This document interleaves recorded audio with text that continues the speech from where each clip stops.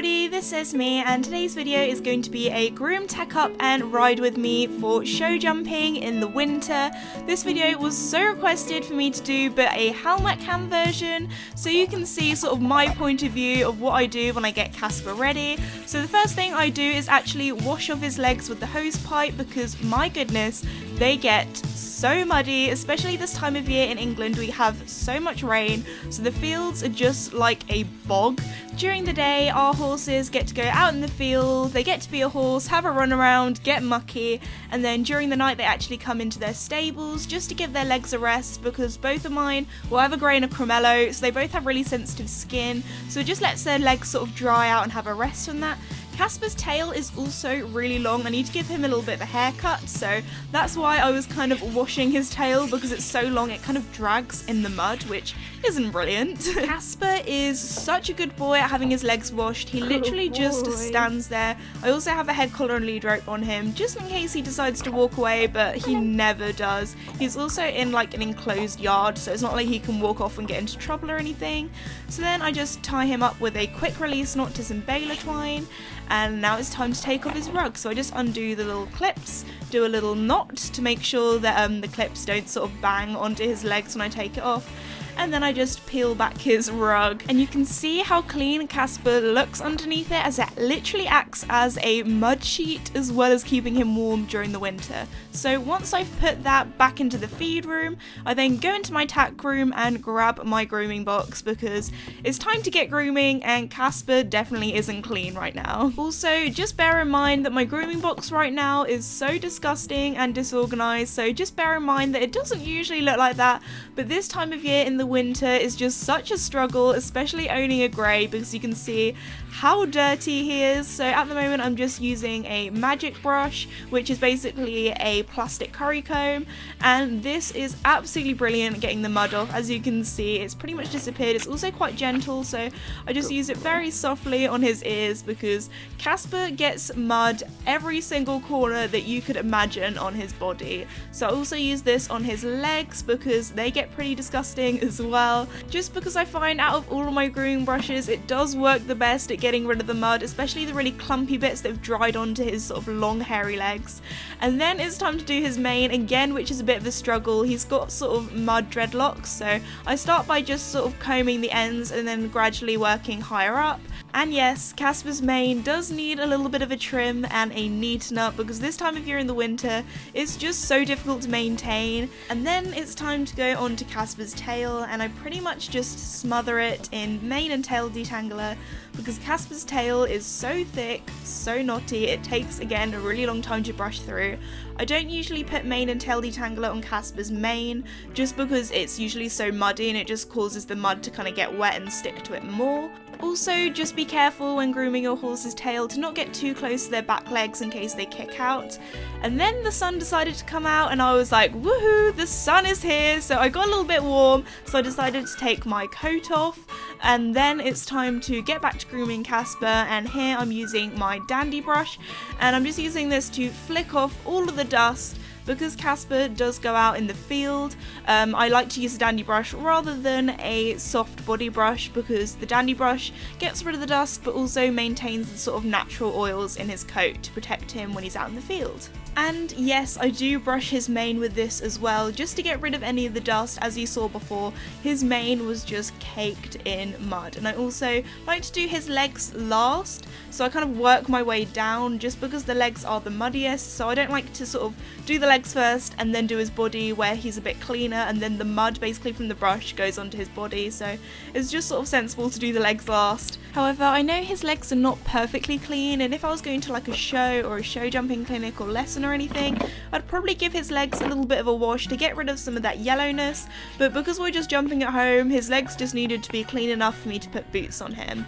And then lastly, I like to give his face a little bit of a brush. This is really important because this is where the bridle will be sitting, so you don't want the dirty dustiness from his face to be rubbing against the tack. And I also love to give him a little head scratch, as this is his favourite place. He loves having his forehead scratched.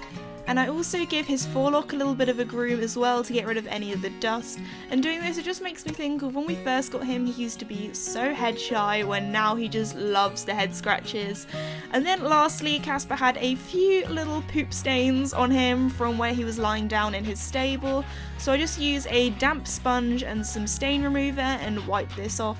And one of the places where Casper always seems to get stable stains is on his little butt cheek kind of area here, and you can kind of see where I like to clip quite far down here just so then there's less hairs, the hairs are shorter and it's easier for me to sort of maintain. And when I went to go and get a damp sponge, Casper decided to leave me a little bit of a present on the yard, so I just had to go and clean that up. Luckily I actually had the muck truck because I was going to go and empty that after our ride today, so it was nice and close, so I just left that there. Then it's time to wash off all of the stain remover, so I get a wet sponge and then after that I just dry it off so he's nice and clean. A lot of people also ask me what stain remover I use, and I tend to just buy whatever my local tack shop has. I find they all work pretty much the same. And then lastly, with a towel I just dry off his legs before it's time to pick out his hooves. And I always like to pick out his hooves last, so then it gives his legs a little time to sort of dry, so my hands don't get as mucky but they still get pretty gross. And yes, I actually use a dish brush for cleaning out his hooves. I just find because it's bigger, it works a lot better than the little puny ones that you find on the end of some hoof picks. And then once I'm done, I go back into my tack room and give it a little wash because they get pretty mucky. Then it's time to start tacking up. So today I'm using our Berry Limia saddle pad.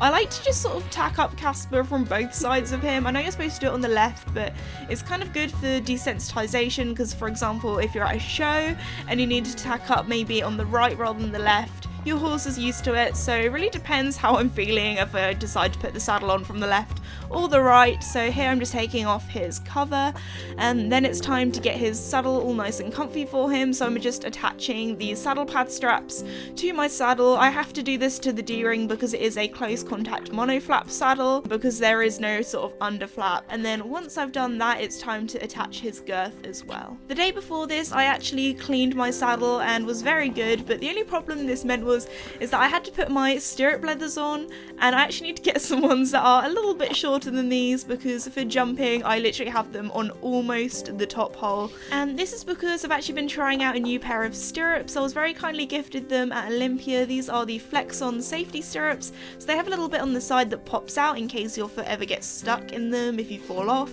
However, when I was cleaning my saddle, I forgot to clean my stirrups, and when I did them up I got sand on my saddle, so I just had to quickly brush that off. But I've actually been loving my Flex-Ons. I love the colour as well, how customizable they are, and they also are really grippy as well, and I just find them so comfortable to ride in. So now Casper has got his saddle on, it's now time to put on his boots. I just put these little tendon boots on just because we're doing some jump schooling, nothing fancy. Just pop them on to protect his legs when we're jumping. And now Casper's got his boots on, it's time to put mine on. So these are my new Ariat tall boots that you guys would have seen in one of my tack hauls, and they're the special insulated winter ones that are so nice for this time of year, especially when it's so windy and rainy and horrible outside. They've been keeping my legs nice and toasty, so once I pop them on, I then just put the boot trees in my wellies to kind of store them, and then just put them back into my tack room. When I put on Casper's bridle, I always like to put his reins over his head first, then slide off his head collar, give him a little face scratch, and then it's time to put on his bridle. When I do this, I always put the right ear through first, then the left, and I always make sure that I sort out his forelock, make it all nice and comfortable for him.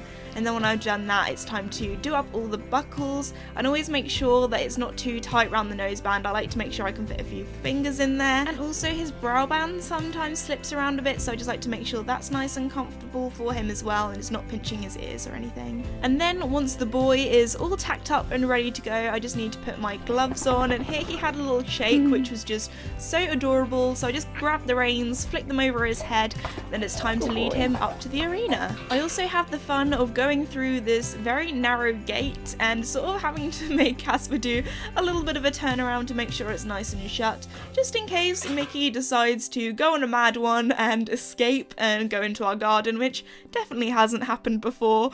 But anyway, then we go into the arena, I shut that gate, and we're in. And Casper was a little bit fresh today. I think he was excited because he knew that he was going to be doing some jumping, because I'd already set up the fences. He also had a little look at the donkeys, being like, oh hey guys, you're back here. Once I've pulled down my stirrups, checked my girth, gathered my reins, it's then time to hop on. And on this particular day I didn't film my warm-up just because I didn't want this video to be too long and boring. So once I've done some stretches, warmed up, checked Casper's girth, it's then time to start jumping.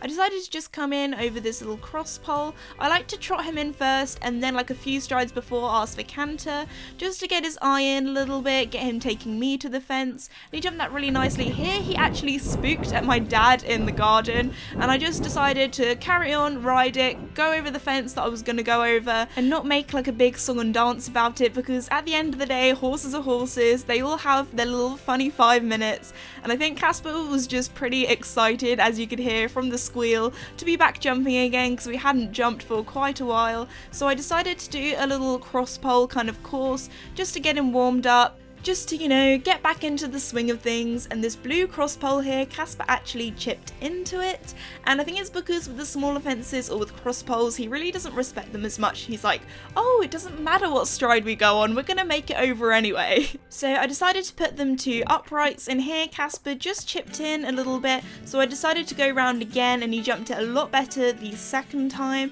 So now it's time to start our course. This green fence he jumped really nicely. People always ask me what height the fences are whenever I do a jumping course, so this sort of height was about 80 to 85 centimeters. I like to start at that height because it's high enough that Casper kind of has to pay attention, but then it's not too high that we're throwing him into the deep end. And to this dog leg here, I really could have straightened Casper up a little bit more. I decided to kind of jump the fence diagonally, and then it's time to go up over the pink, which he jumped really nicely. We got the perfect striding, so I was really happy with him. He got lots of pats for our first round. And then I put the fences up to about 90-95 centimeters, which is about 3 foot for any Americans out there. And Casper's a horse that likes to jump just as much as he needs to. He doesn't like to over jump fences. He likes to conserve his energy. So we have the first fence down, which is kind of a problem that we're working on. The first fence is always the fence that I just don't ride hard enough to, and I feel like Casper hasn't quite woken up yet. So went round, did it again. He jumped it beautifully, being like, okay, they're a little bit bigger now, I'm gonna pick my legs up. Then we went over the green, and I think he just tapped it, so I decided to do a circle, get a really nice canter to that purple, which he popped beautifully. And then here I had to do a trot change to get his canter, because we are still working a little bit on our flying changes, and I knew that he would be able to get it at the front but not the back, and I didn't really want to come into that fence unbalanced. But he ended up doing that dog leg really nicely, hitting all the strides. And then here to the pink, he got a little bit long, and we did a real jump off turn here, and then I really pushed him to the yellow, and he jumped that fence amazingly. For our next round, we decided to keep the height the same, just because I really wanted to work on him landing on the correct diagonal after jumping. The first fence we actually had down because he just hadn't been woken up enough, and then here I decided to jump the green fence a little bit to the left to give us some more time before we get to the purple, and then I was like, no, I'm cutting off the corner, and that resulted in Casper having to do a giant leap to the purple, so thanks mate for saving my skin.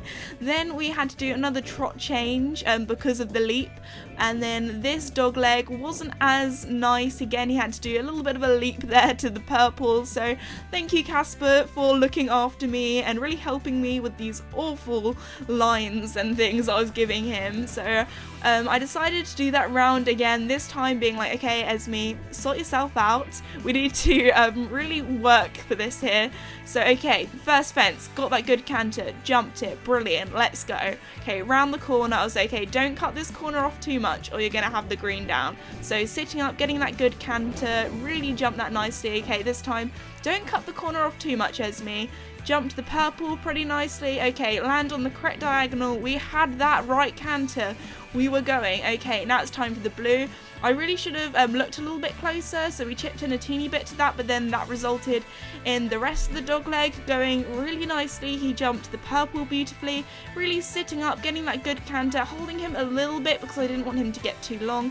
Over the pink beautifully, and then round and finishing on the yellow again, hitting that stride amazingly. So well done, Casper. Lots of pats and praise and cuddles were then given to the boy. Once I had cooled Casper down and then hopped off and did up his stirrups, I decided to give him a little walk off because he was such a good boy in our jumping session, especially as we hadn't jumped for quite a few weeks because I'd been away working at Olympia, and then it'd been Christmas, and then the Liverpool horse show, and he was so good. I also don't like to put the fences up too high in our arena just because it is a lot smaller and the fences do come up really quickly, so you don't have that much sort of time to set him up, and also the corners really eat up our speed.